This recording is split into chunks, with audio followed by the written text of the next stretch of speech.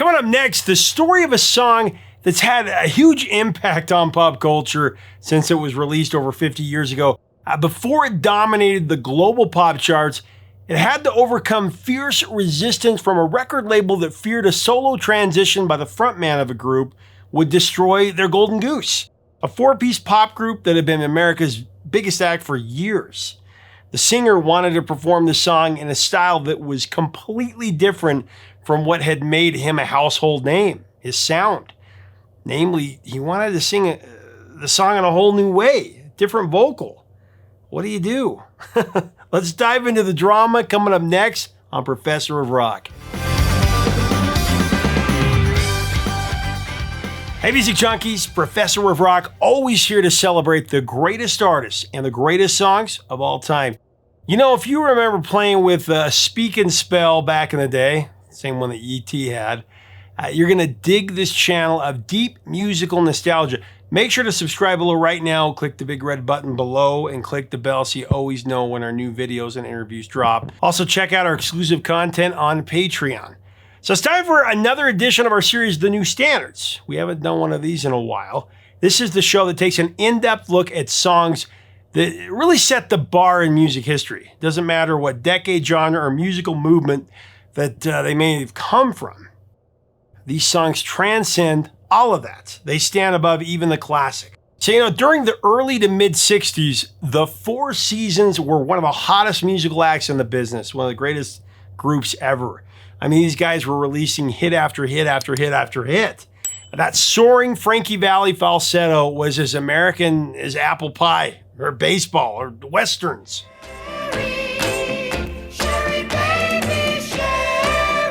I mean, the music of the Four Seasons was composed primarily by Four Seasons keyboardist and backup singer Bob Gaudio and his songwriting partner Bob Crew, one of the great songwriting teams ever. They wrote many of the songs that would work within the delivery of Frankie's iconic falsetto. It was a formula that was just money, so why mess with it?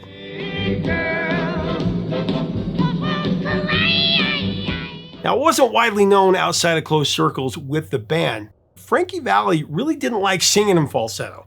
Hitting those high notes night after night, physically exhausting, but aside from that, Frankie preferred singing in just his natural tenor voice.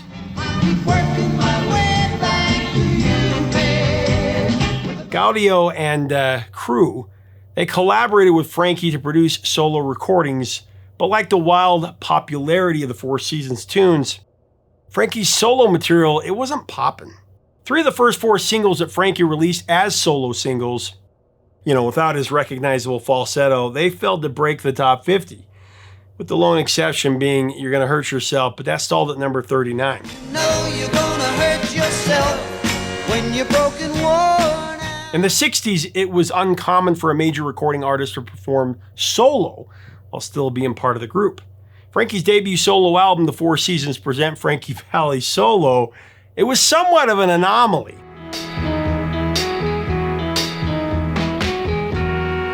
But it was liberating for Frankie Valli because the project allowed him to move away from the powerful falsetto, you know, that made him and the Four Seasons so famous, but to showcase his tenor voice, beautiful tenor voice.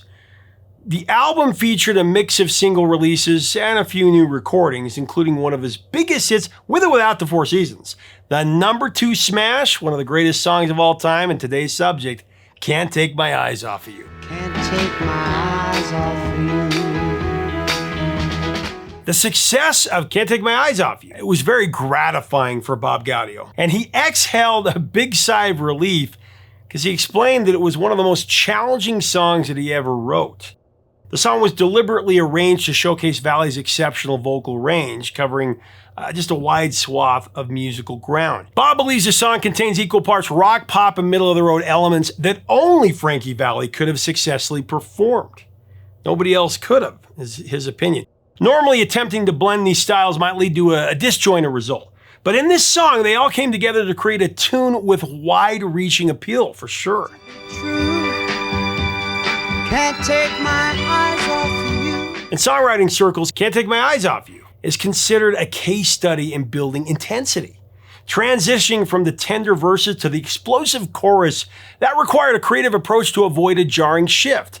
And Bob found the solution in horns, which bridged the gap seamlessly and maintained the song's momentum.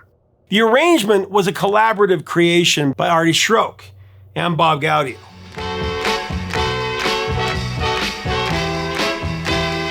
Now here's a fun fact. One of Frankie Valli's frequent backup singers was a lady named Linda November, who married Artie Schrock.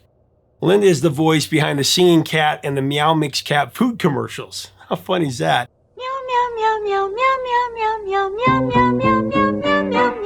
The challenge that Bob referred to started with the song getting recorded in the first place. The label didn't like it at all because Frankie didn't sound like Frankie, right? And they were adamant that radio would not play it because of the orchestral arrangement of the song. They didn't think it worked. From the outset, Can't Take My Eyes Off You was heard as a major career blunder for Frankie Valli. The original recording of Can't Take My Eyes Off You, that was made at A&R Recording Studios at 799 7th Avenue in New York City, with Bob Crewe producing and the great Phil Ramone as the engineer, the guy who produced most of Billy Joel's greatest albums. The studio had recently been renovated, featuring a new mixing board and a producer's desk. An innovative talkback system was installed using an old radio-style microphone on a short tabletop stand, activated by squeezing a lever at its base. And neither Ramone nor Crewe had used this talkback system before the session, and after the musicians left, Frankie stepped in, and he was ready to do his thing. In the control room, Phil Ramone asked Bob Crewe what to expect. Is this going to take a long time, Bob? Do we need 1 million open tracks? Crewe began to answer, but wanting to ensure his comments were not heard by Frankie Valli, he attempted to cover the microphone, but instead, his hand slipped and it activated the lever. I don't know how Frankie's going to be, Crewe said, his words now playing over the studio's large speakers right into Frankie Valli's headphones. The last time I recorded him, it was torture. We did like 26 takes. So today, who knows? We could be here all night. He heard all that. Phil Ramone realized the microphone was live and he tried to get Crewe to release the lever, but it was to no avail. Realizing his mistake, Crewe calmly finished by looking Valli in the eye and asking, "So Frank, how do you feel?" He said, "I feel great." Unfazed by Bob's commentary, "I'm ready. Let's do this." You're just too good to be true. Can't take... The first take was stopped for a technical reason, but Frankie sang the second take flawlessly. Ramone suggested a third take just for safety, and that was the final and once again perfect take. By the time they left the studio that night, Can't Take My Eyes Off You was already playing on New York radio stations, headed for the top of the singles charts.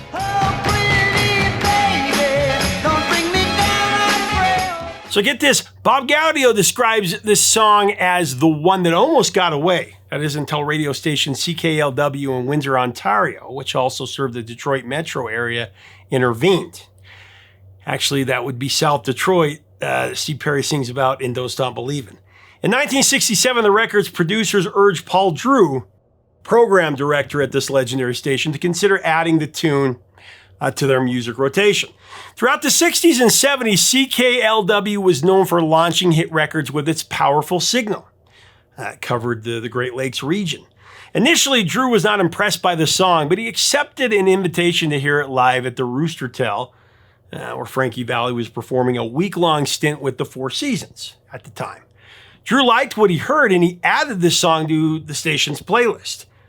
Man, the switchboards lit up, and the rest, as they say, is history. It was a huge hit.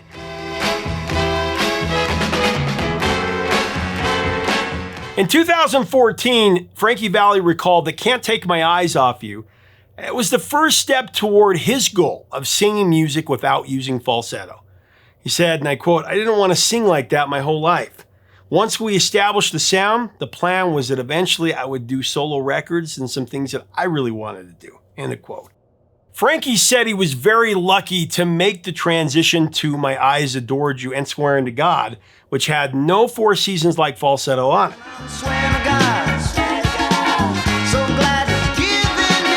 Frankie also mentioned that the record had been shelved by the Four Seasons label for a year due to fears that the band, which had already lost Nick Massey in '65, was breaking up. Valli insisted that he had no intentions of ever leaving the Four Seasons. He just wanted to get rid of the falsetto once and for all. I wanna hold you so much. Frankie shared that he never really wanted to be a pop singer per se. He was more into jazz as a kid. He grew up at the tail end of the big band era. He was into stuff like Billy Eckstine and Frank Sinatra and Nat King Cole, Count Basie, Stan Kenton, Duke Ellington, and such. However, he recognized that kind of music, it just wasn't hip with the kids.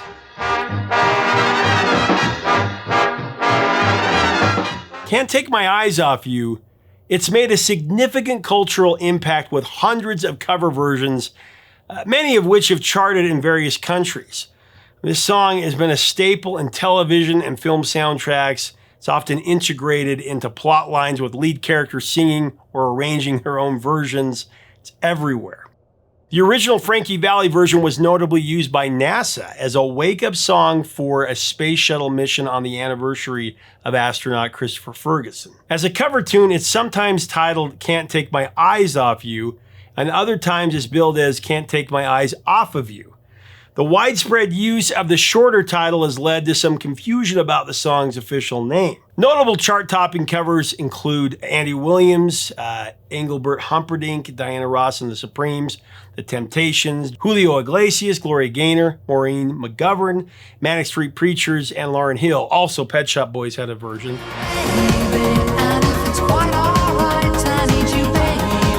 Now, Lauryn Hill's version of the song was recorded in '97, while she was 8 months pregnant with her first child.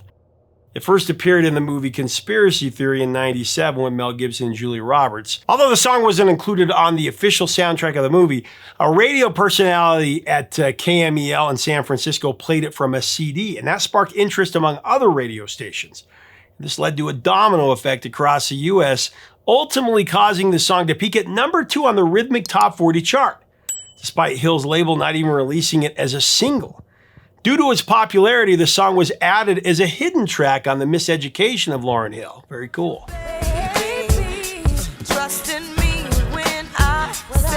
Despite its pop complexities, Frankie Valli was very comfortable singing Can't Take My Eyes Off You. He would say it's a very, very tough song to do, badly.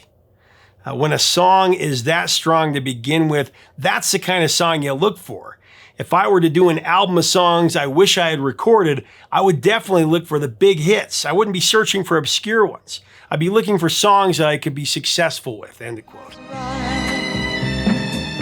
And I thank God I'm alive. Of course, Heath Ledger also famously sings this song with a full high school marching band in the movie 10 Things I Hate About You. I just saw that a couple weeks ago because my kids were watching it. Very cool. The song was featured also in the 1978 movie The Deer Hunter during a scene where it plays on the jukebox as a group of friends shoot pool before leaving to fight in the Vietnam War. In that powerful scene, Robert De Niro and Christopher Walken's characters energetically sing along, especially during the I Love You Baby climax.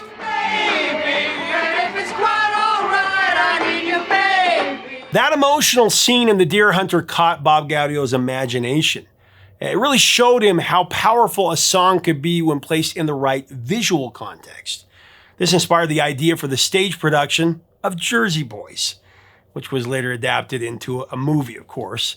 And he would say that was the spark way back then that made me think something could happen visually with the music. And the first thing that crossed my mind was a Broadway show, end of quote.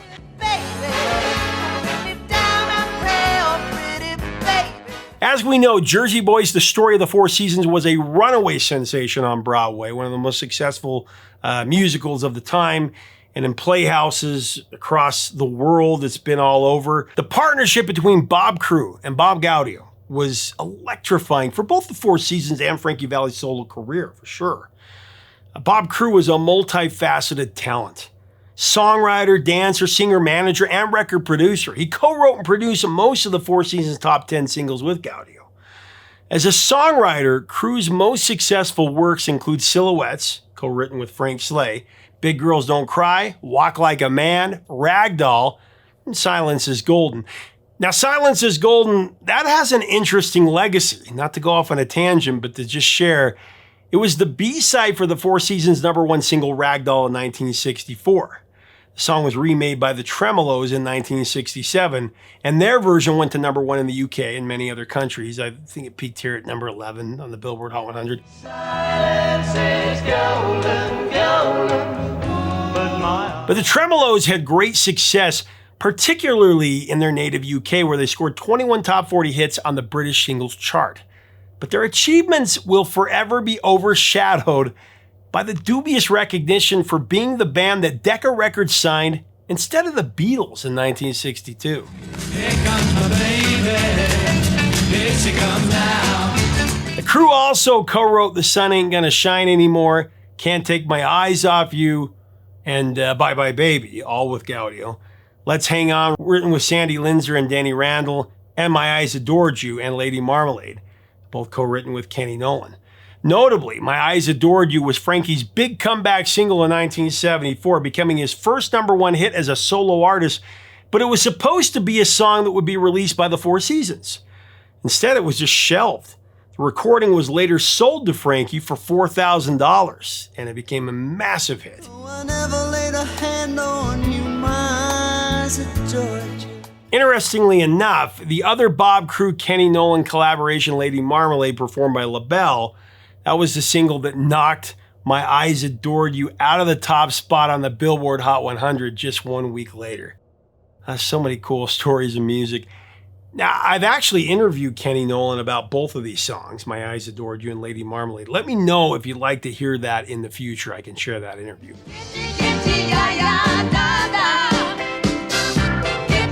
Sadly, Bob Crew passed away in a nursing home in September 2014 at the age of 83. Bob Gaudio remains actively involved in managing the Four Seasons catalog, and he collaborates closely with Primary Wave, a company that he partnered with in 2020 to oversee the catalog.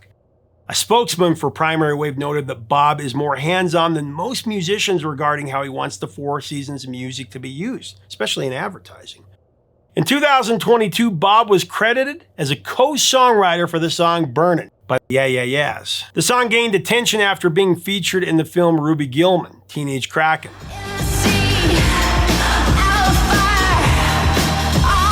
In October 2023, the indomitable Frankie Valli announced that his tour at that time would be his farewell tour, making the end of the Four Seasons' 64-year run with his retirement. While Frankie Valli didn't completely rule out future performances, he did note that the demands of touring, particularly the shift from longer residencies to frequent one-night stops, were just taking a toll on him, you can imagine, even though he still enjoyed performing every single night. In June 2021, Valli released his 12th studio album, Touch of Jazz, his first in 5 years. The album features a collection of jazz cover songs, very cool. I'll link to it below so you can check it out. Tenderness.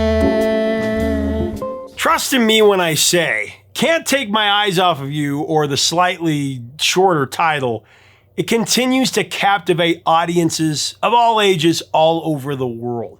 It just keeps getting passed down. That massive discharge of love and devotion is one of the most memorable choruses of the rock era, for sure. And one that cannot be sung under your breath. It's just too good to be true.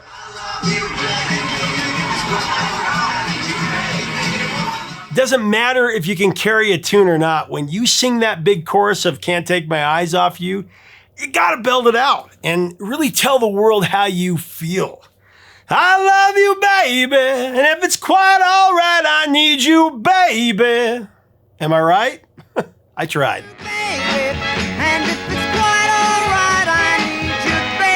Leave us a comment about Frankie Valli and the Four Seasons, one of the greatest groups ever. I'm sure you knew this, but Uptown Girl was definitely an homage from Billy Joel to the Four Seasons.